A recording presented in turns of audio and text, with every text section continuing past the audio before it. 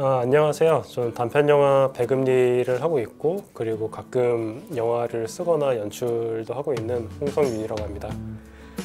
솔직히 말씀을 드리기 시작해야 될 것 같은데요. 제가 오재미동에서 좋아하는 DVD를 한 5개 좀 추천해달라는 말을 들어가지고 신나서 좀 추천작들을 골랐는데 나중에 알고 보니까 또 이것들을 왜 선택을 했는지, 이것들이 왜 같이 엮여 있는지 그걸 또 설명을 해야 되더라고요. 그래서 제가 상당히 난감했었는데, 왜냐면은 이 5개가 전혀 연관이 없는 그런 영화였거든요. 그래서 이것들을 어떻게 하지? 이런 고민을 하다가 마침 저한테 도움을 주셨던 어떤 배우님이 저한테 해주신 말이 생각났어요. 그래서 이 배우님은 연기에 대해서 좀 고민을 가지고 계셨었는데, 어떤 연기에 대한 고민이 있으실 때 어떤 주변에 다른 분이 연기라는 거는 이렇게 하나의 긴 이어진 선이 아니고 어떤 정과 점을 이어가는 작업이다 라는 말을 들으셔가지고 되게 큰 힘이 되었다고 말씀하시더라고요. 그래서 저도 생각을 해보니까 만약에 제가 살아왔던 인생이 이런 하나의 긴 선이 아니라 어떤 정과 점을 이어가는 그런 궤적이었다고 하면은 제가 선택한 그런 영화들도 이 점에 해당이 된다고 생각할 수 있을 것 같더라고요. 그래서 실제로 제가 고른 영화들이 저의 삶의 기억 속이나 아니면 저한테 있었던 어떤 중요한 일들과 연관이 돼 있기도 하고요. 그리고 아마 이 영상을 보고 계신 분들한테도 어떤 인생의 중요한 순간에 생각나는 영화들이 하나씩은 있을 거라는 생각을 해요. 그래서 이제 한번 제가 고른 영화들에 대해서 한번 얘기를 해보겠습니다.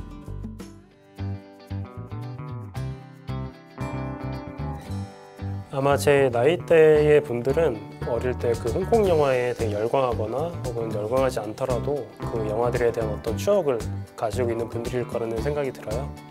하지만 지금 생각해보면은 저희가 그렇게 홍콩 영화를 좋아했지만 홍콩이라는 도시 안에 살고 있는 분들에 대해서는 잘 몰랐다 이런 생각이 들어요.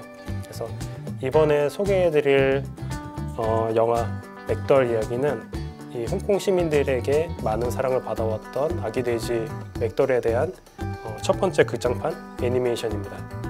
어떤 북적거리는 홍콩의 빌딩 숲속에서 맥덜은 엄마 맷빛 녀석과 함께 사는데 이 작은 가족이 사는 모습은 사실 그렇게 낯설거나 신기하다기보단 우리의 어린 시절과 크게 다르지 않다는 느낌을 받습니다. 맥덜 이야기 에피소드들은 주로 순진한 맥덜이 꿈꾸는 멋진 미래와 맷빛 여사의 아들에 대한 기대를 통해 만들어지는데요. 하지만 이런 맥덜의 꿈을 이루기 위해서는 조금 문제가 있습니다. 왜냐면은 맥덜은 이렇게 주윤발처럼 되게 잘생기지도 않았고 또 TV에 나오는 올림픽 선수처럼 운동을 잘하지도 않아요. 그래서 우리는 약간 맥덜의 꿈이 그렇게 쉽게 이루어지지 않을 거라는 거를 알고 있죠. 하지만 이렇게 말하면은 되게 슬프거나 되게 약간 칙칙한? 약간 그런 애니메이션을 생각할 수 있지만 사실 이거는 되게 귀엽고 사랑스러운 애니메이션이기도 해요. 그것은 이 애니메이션이 가지고 있는 어떤 무한함에서 기인하는데요. 일단 맥덜의 상상력은 되게 경계가 없어요. 끝이 없어요. 굉장히 무한한 그런 황당한 어떤 꿈을 가지고 있고 또 맷빛 여사가 아들 맥덜을 위해서 하는 어떤 헌신에도 한계가 없어요. 그래서 이 모자가 사는 곳은 굉장히 좁은 닭장 같은 아파트지만 이 모자의 꿈은 굉장히 무한한 거죠. 그래서 이 어떤 무한함이 바로 이 애니메이션을 특별하고 사랑스럽게 만들어줍니다. 저는 어떤 창작물 속의 캐릭터들은 단순히 픽션 속의 인물이 아니고 이것이 배경으로 하고 있는 어떤 커뮤니티나 어떤 거기서 살아가는 사람들과 일체화가 돼서 떨어뜨려 놓을 수 없다고 생각하는데요. 마찬가지로 저는 이 맥덜 이야기 속 맥덜과 맷빛 여사의 행복한 미래를 응원하고 있습니다.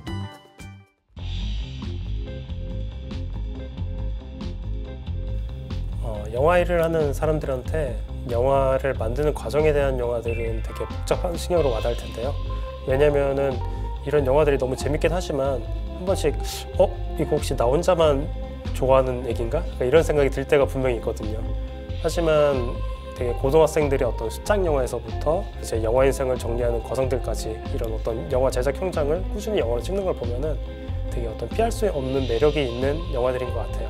그래서 이런 영화들에는 특징이 있는데 이 영화를 만든 현장이라는 거는 되게 예측할 수 없는 혼돈과 그런 카오스의 공간이라는 거예요. 그래서 이런 어떤 되게 혼란스럽고 고통스러운 공간 안에서 우리가 사랑하는 그 어떤 아름다운 영화가 나온다는 게 어떤 이 영화들의 특징이에요. 하지만 만약 이런 혼돈과 역경을 견디고 영화가 나왔는데 그 영화가 굉장히 별로라면 어떨까요? 심지어 이 현장에 있는 이 영화의 리더, 감독이 최악의 인물이라면요. 이 영화 에드 우드의 주인공인 에드 우드는 심지어 영화 역사상 최악의 감독입니다. 그리고 그는 실존 인물이에요. 그러니까 이 영화 속에서 에드 우드가 벌이는 온갖 기행과 그를 따르는 현장 스태프들의 어떤 모든 고생담은 전부 실화라는 것이죠.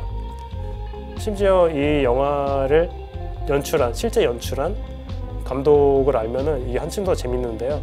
이 영화의 감독은 팀 버튼입니다. 팀 버튼은 지금도 유명한 감독이지만 이 영화 만들어질 당시에는 세계 최고의 감독으로 명망이 높았습니다. 그러니까 세계에서 가장 훌륭한 감독이 가장 형편없는 감독의 영화를 찍은 거죠. 팀 버튼은 그의 작품들에서 항상 어떤 괴물들과 그리고 이상한 사람들을 굉장히 따뜻하고 동화적인 시선으로 다뤄왔는데요. 마찬가지로 이 영화에서도 역사상 최악의 감독인 에드 우드를 굉장히 유머러스하지만 따뜻하고 동화적으로 묘사를 하고 있습니다. 할리우드 변두리를 떠돌던 젊은이 에드 우드는 우연한 기회를 얻어가지고 영화를 만들 기회를 얻게 되는데요. 하지만 그가 만든 영화는 어떤 이유인지 사람들한테 비난을 받거나 욕을 먹게 됩니다. 하지만 에드 우드는 이에 굴하지 않고 자기가 이렇게 모았던 스태프들과 배우들과 함께 계속 영화를 찍어 나갑니다. 영화 제작 과정을 다룬 다른 영화들에서 흔히 있는 어떤 멋진 성공담 같은 거는 이 영화에 나오지 않습니다. 이 에드 우드와 동료들이 하는 어떤 작업들을 보면은 사실 아무리 낙관적인 관객이라 하더라도 이들의 성공을 기대할 수도 없어요. 왜냐하면 이들은 소품이 없다고 창고에 들어가가지고 소품을 도둑질하거나 전혀 다른 영화의 장면들을 따와가지고 이렇게 편집을 하거나 이런 식으로 주먹구구식으로 작업을 하거든요. 그래서 이들한테는 어떤 카메라 NG라던가 뭔가 부딪혀가지고 세트장이 흔들린다거나 이런 거는 이 사람들한테는 중요한 것 같지도 않아요.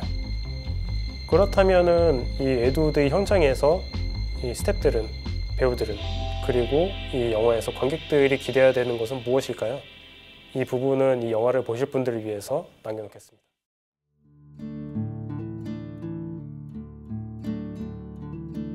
아마 모두에게 그 영화나 이야기에 꽂혀있는 테마라는 게 있을 텐데요. 저 같은 경우에는 시간여행을 다룬 영화들을 굉장히 좋아합니다.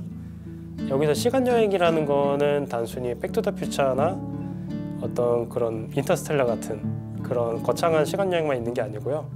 예를 들어서 저 같은 경우에는 영화가 가지고 있는 속성 중에서 편집이라는 거를 굉장히 좋아하는데요. 이 편집이라는 것 자체가 어떤 시간여행이라는 특징을 가지고 있다는 생각이 들어요. 그래서 히치콕이 말했던 것처럼 영화라는 거는 인생에서 재미없는 거를 편집한 거다라는 말도 있잖아요. 그런 이유로 저는 영화, 이 시간여행으로서의 도구인 영화를 굉장히 좋아하고요. 그런 의미에서 저는 사랑니를 아주 놀라운 시간여행 영화로 기억을 하고 있는데요.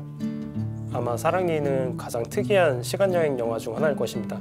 이 영화에서 과거는 현재고 또 현재는 과거가 됩니다. 그리고 과거와 현재가 같이 공존하게 됩니다.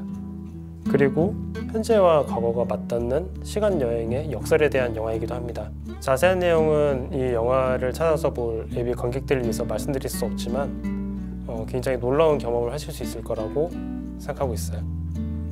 이 영화는 이런 마술적인 순간들을 되게 여러 번 보여주게 되는데요. 이 어떤 마술적인 순간들을 위해서 이 영화는 조금 나이브하게 보이거나 조금 어색하게 보일 수 있는 설정이나 어떤 그런 대사들을 감수하기도 합니다.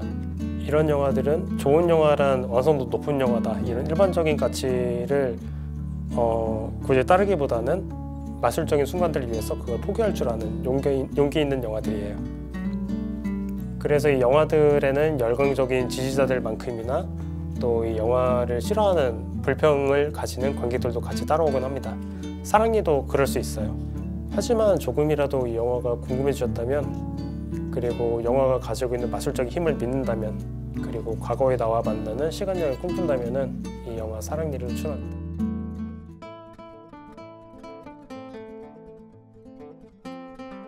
이번에 소개할 DVD는 어떤 감독님의 이력부터 굉장히 특이한데요. 제가 너무 길어서 CT를 읽으면서 하겠습가. 이분은 컬트 팬들을 거느리고 있는 컬트 영화 감독이자 세계 톱 클래스의 마이미스트, 유럽 만화계의 저명한 만화가, 행예술가, 시인, 화가, 소설가, 프랑스 탈옥의 양대 산맥이며 하늘과 영혼을 읽는 권위자, 그리고 많은 이들의 영적 지도자인 알레한드로 조도로프스키 감독의 엘토포입니다.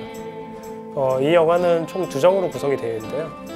첫 번째 장에서 감독이 직접 연기하는 모범자는 황야를 떠도는 총잡이입니다. 이 사람은 황야를 떠돌면서 어떤 범죄자들을 단죄하고 정의를 구현하지만 그 과정에서 끔찍한 일들도 저지르게 됩니다. 두 번째 장에 이르러서 모든 것을 다 잃은 그는 이제 거리를 떠도는 가장 미천한 거린이 됩니다. 그리고 그는 여기에서 영혼의 구원을 찾아 떠도는 구도자가 되기도 합니다. 조도로프스키는 그의 영화만큼이나 그의 인생도 호불호가 많이 갈리는 사람입니다. 누군가한테 그는 정말 아름다운 영화를 찍는 예술영화 감독이지만 누군가한테 그는 사람들한테 사기를 치는 사이비 교주라고도 불리기도 해요. 저는 개인적으로는 사람들이 조도로프스키의 영화들을 많이 봤으면 합니다. 왜냐하면 제가 생각하기에 그는 아름다움을 아는 예술가예요. 저는 예술가한테 있어서 이건 굉장히 중요한 소양이라는 생각이 드는데요. 엘토포가 그리고 있는 허무지에서는 굉장히 끔찍한 것들이 많아요. 살인, 폭력, 어떤 비윤리적인 행동들, 어떤 성적인 행위들, 그런 눈뜨고 보기 힘든 것들이 많이 이루어지지만 이 모든 것들을 지나고 나면은 관객들의 영혼의 구원이라는 아름다움을 영화 예술의 형태로 접하게 돼요. 그러고 나면 지금까지 지나온 어떤 고통의 순간들이 우리의 구원을 위해서 영화라는 형태로 구현된 어떤 짧은 여정이었다는 것을 알게 됩니다. 제가 지금 되게 장황하게 얘기했는데요. 사실 이 영화는 친구들과 함께 술을 마시면서 깔깔대면서 볼 수 있는 B급 영화이기도 합니다. 이 B급 액션 영화랑 그리고 영혼의 구원에 대한 심오한 영화가 하나일 수 있다는 게 정말 대단하지 않나요? 그래서 이 엘토포를 꼭 보셨으면 좋겠습니다.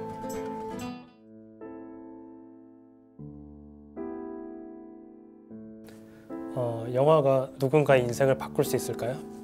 영화하는 사람들은 다들 이런 동화를 꿈꾸는 것 같아요. 실제로 누군가의 인생을 바꾼 영화를 만드는 것은 굉장히 어렵겠죠. 하지만 제 생각에 누군가의 인생 속에서는, 사실 모두의 인생 속에서는 되게 그 순간에 중요한 영화들이 하나씩, 한두 개씩은 있는 것 같아요. 저한테는 이번에 추천해드리는 영화 가리베가스가 바로 그런 영화인데요.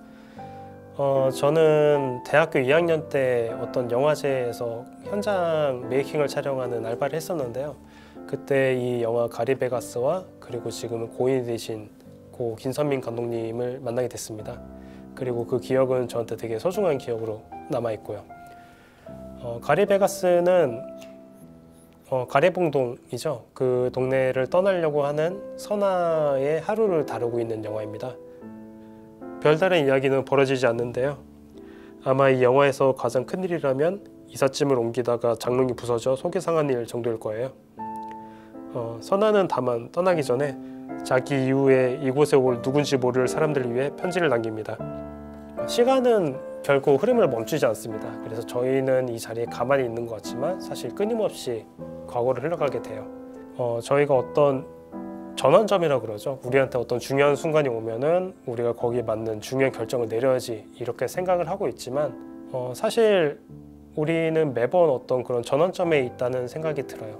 가리베가스에서 선아는 자기한테 되게 이사를 가는 그냥 평범한 일상 중의 하루였지만 이 영화를 보는 사람들은 선아가 사실 어떤 시대의 어떤 전환점에 있는 인물이라는 생각을 받게 되거든요. 그럴 때 우리는 어떤 거를 선택을 해야 될까요? 여기 이 영화에서 선아가 새로 이사 올 사람들을 위해 쓰는 따뜻한 편지가 바로 그 해답이라는 생각이 듭니다. 처음에 이 영화를 봤을 때 제가 이 어떤 촬영용, 메이킹 촬영용 카메라와 트라이포드를 들고 이 영화관의 한켠 계단 쪽에 서가지고 끝까지 크레딧을 봤던 기억이 납니다.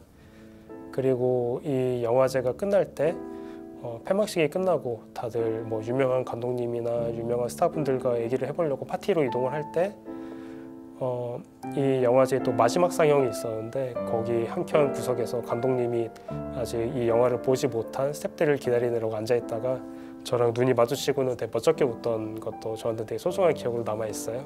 저한테 가리베가스는 어떤 이런 기억으로 남는 영화입니다.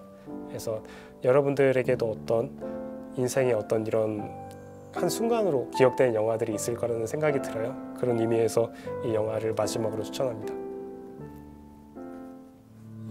네, 이렇게 5편의 제가 사랑하는 영화들 추천이 다 끝났는데요. 지금 여러분은 굉장히 매끄러운 영상으로 이걸 보고 계시겠지만 사실 이 영상이 만들어지기 위해서 이 카메라 뒤편에서 이 충무로 5 재미동의 스태프들이 굉장히 많은 편집과 고생을 해주셨습니다.